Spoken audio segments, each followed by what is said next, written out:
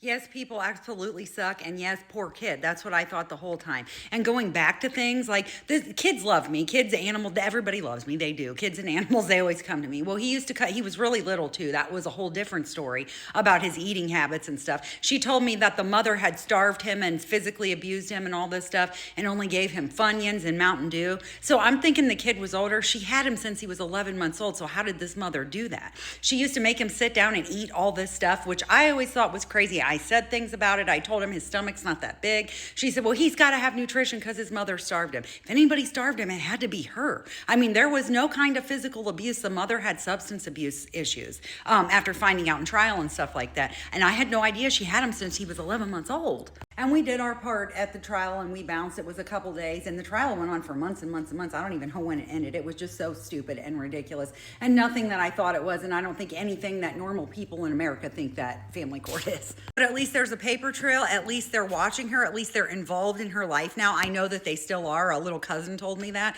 So I know that they are still involved in their life. So she's not going to be physically abusing probably. But you know, abusers don't stop abusing. They just change the way that they abuse. And she was always crazy, manipulative, and just very weird. Just a weird person. I knew she needed God. She needed something because she was out there.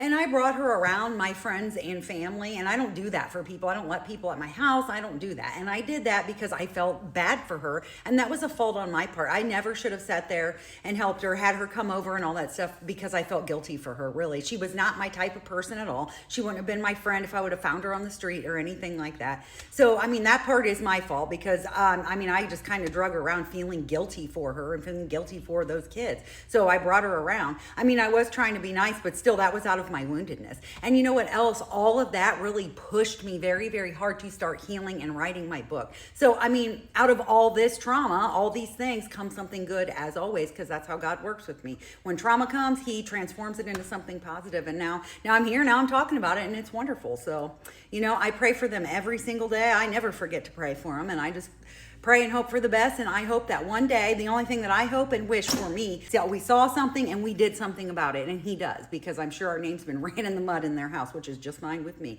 But I want him to know somebody saw, somebody did something about it, because many people saw and didn't do anything for him, and he's seen that.